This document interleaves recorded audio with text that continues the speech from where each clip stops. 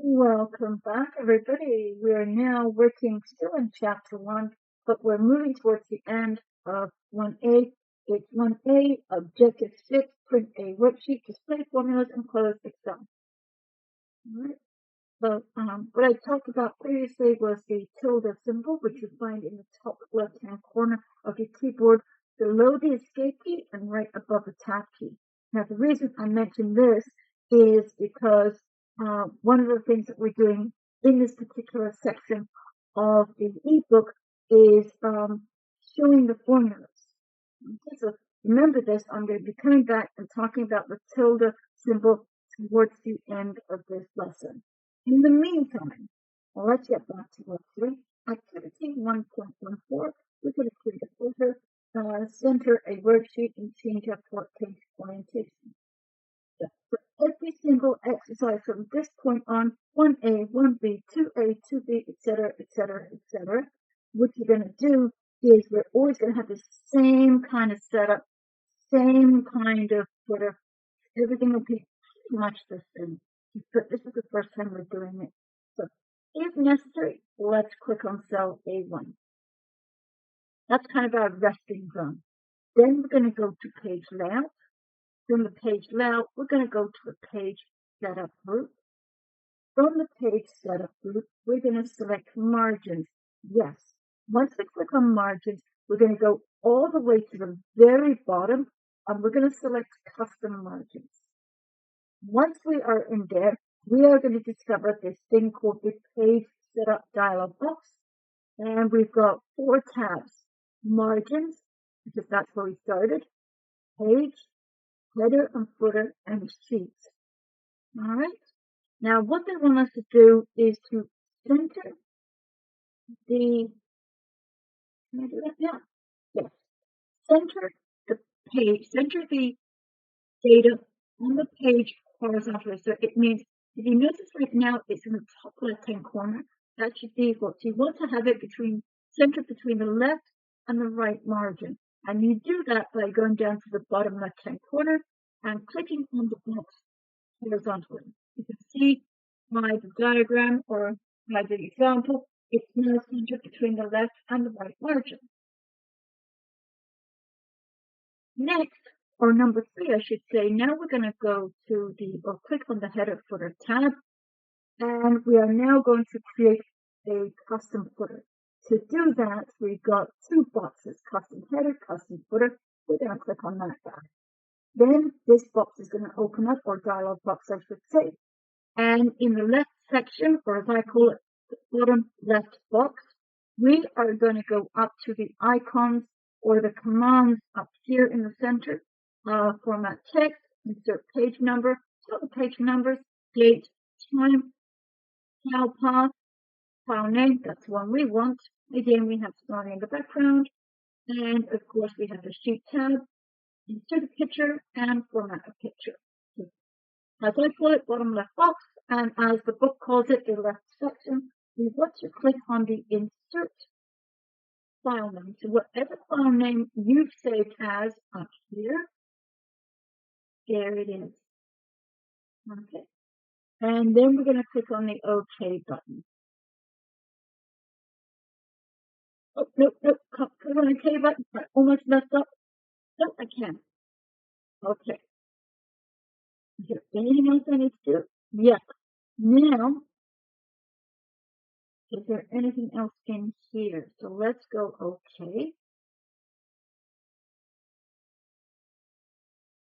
And then in the page setup dialog box, we're going to click on the page tab.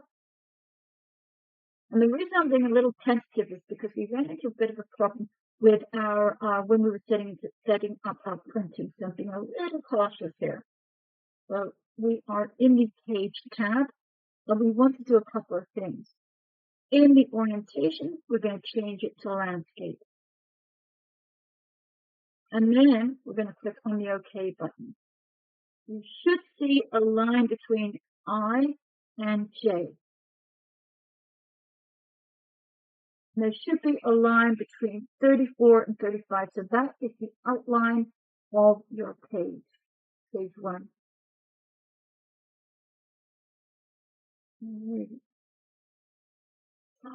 Ooh, the exact position for the vertical line may depend on your default printer settings.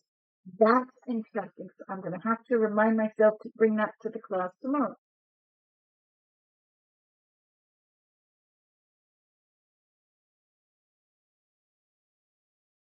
Activity 1.15, we're going to add document properties and print a workbook. Again, one of the beautiful things about these ebooks is their consistency. And at the end of each chapter or section is they always ask us to do exactly the same thing. And what we're going to do next in the document properties is ironically is going to be universal. When you do Word, we'll do the same-ish. When you do PowerPoint, the same. Outlook, no. Excel, yes. Outlook, no. PowerPoint, yes. And Word, yes. We're going to do the same thing. So this is going to become very familiar with you. So we're going to go to File. Then we're going to go down to Info.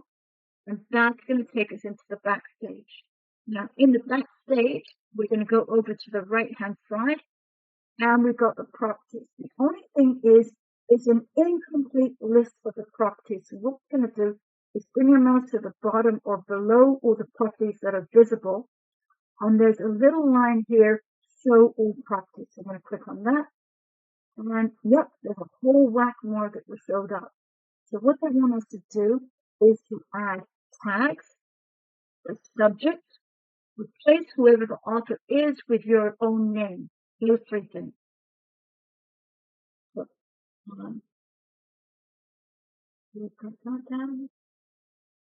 number 2. Click in the tags box, which is here, and then we're going to type in fruit, spread, sales.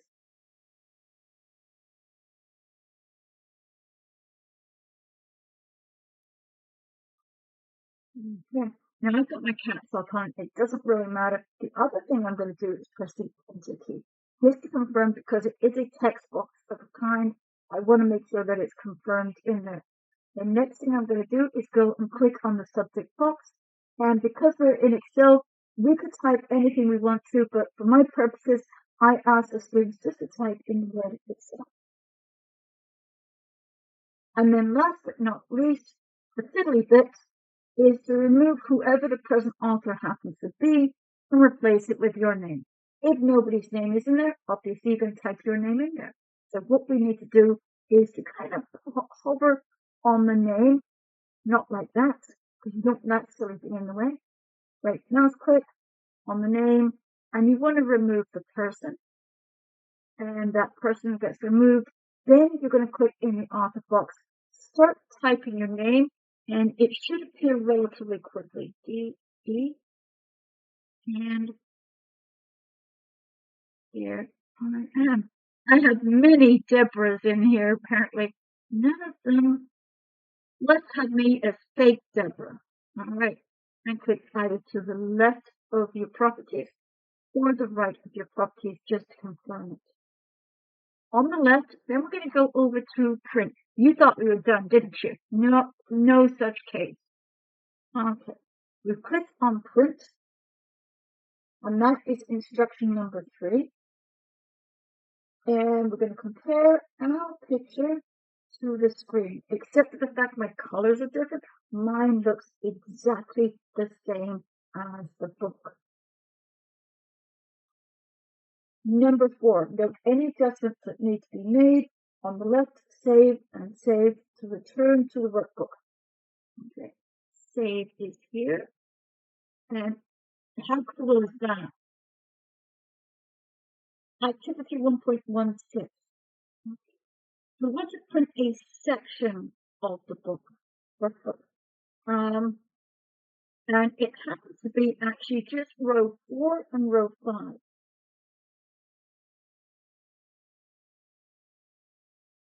What we want to do is select the range A2 to F5. So A2 all the way down to F5. Then we're going to go back to the File tab. And we're going to go down to Print. And then we're going to display our print preview, which is over here. Right now, it's showing everything. And then we're going to go back over to the settings. In the settings, right now, print active sheet. And so we're going to click on the little arrow to the right, and we're going to go down and select the last option, which is print selection. Give it a moment, and then whatever we got highlighted or selected, that's what's available now. Alrighty, and go back to print selection once more. Print, where's my active sheet? And everything's back to normal again. Save, go back up here, and to save in the title bar. They certainly have us jumping through hoops, don't they? I am clicking on cell A1, and I've saved. Now, activity 1.17, displaying, printing, and hiding formulas. If necessary, redisplay your worksheet or your workbook. I've got it. You can kind of see everything there. And again, save what is with it. Then we're going to go to the Formula tab. Okay. Then once we're in the Formula tab, we're going to move all the way over to the Formula Auditing group. And in the Formula Auditing group, we're going to select Show Formulas. So it's exactly what it does. Whatever the values are, no formatting. Whatever the formulas are, you can see in C8 what your formula is, C8 what your formula is, D8 what your formula is, and E8 what your formula is. Okay, so that's a really great tip or a technique, just to see what is going on behind the scenes. Now, once we've had a look at it, is there anything else we need to do? Now, what we want to do is we've kind of expanded all the columns. They're way too big. So what we want to do is to do, where are you? We want to use auto fit. And auto fit is when you bring your, we're going to have to highlight column A, B, C, and D, and E, and F. So all of these columns, I want to find the premium column width for all of these guys from one go. So we do that by bringing a mouse up to, doesn't matter between A and B, B and C, C and D. I'm going to bring my mouse up to column B, or the B heading. Then I'm going to slowly bring it towards the column C. Very shortly, I'm keeping that little black arrow, and very shortly my mouse pointer is going to change, and the green disappears. Once my mouse pointer changes to one line, two arrows, I'm going to double click, and everything becomes super snug and tidy. The numbers are good, the ranges are good, you can see everything. All right.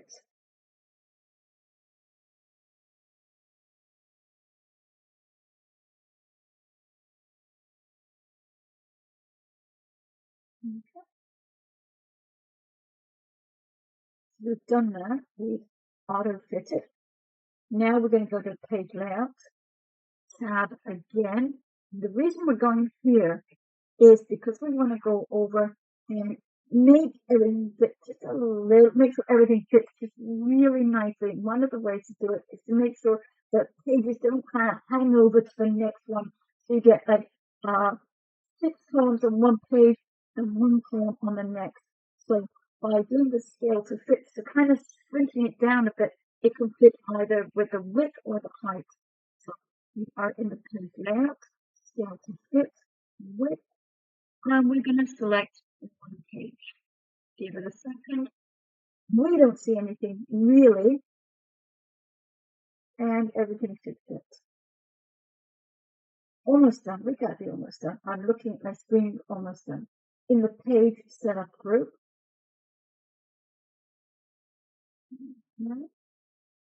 we're going to click on margins. Interesting. They did not tell us which tab to go to, did they? We don't need to because we're in our page setup. Okay, and we're still in the page setup group, which means we're still in the page layout tab. And we're going to go back over to our margins again. Then we're going to go down to custom margins again.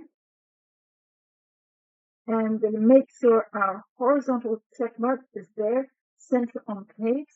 Yes, it is. Then we're going to select OK. And click on A1. Go to print. Preview. It's okay, I don't have to. But what I do want to do is this. What they want us to do is to switch off these formulas or functions, and how they want us to do it is formula and click on the show formulas. So you turn it off and turn it on. Off. Oh, that's tiny. Like this. Okay. The other way of doing it was that, remember I told you about the little tilde thing? Now you don't need to memorize it. I'm not asking you to do that. I'm just as FYI. If you press the control plus the tilde, this happens. Don't worry about it. If nothing fits, do not freak out. Okay. Double click on column B. B. A. Isn't that weird, eh? Maybe I did something wrong. Maybe I didn't. B. And there we go.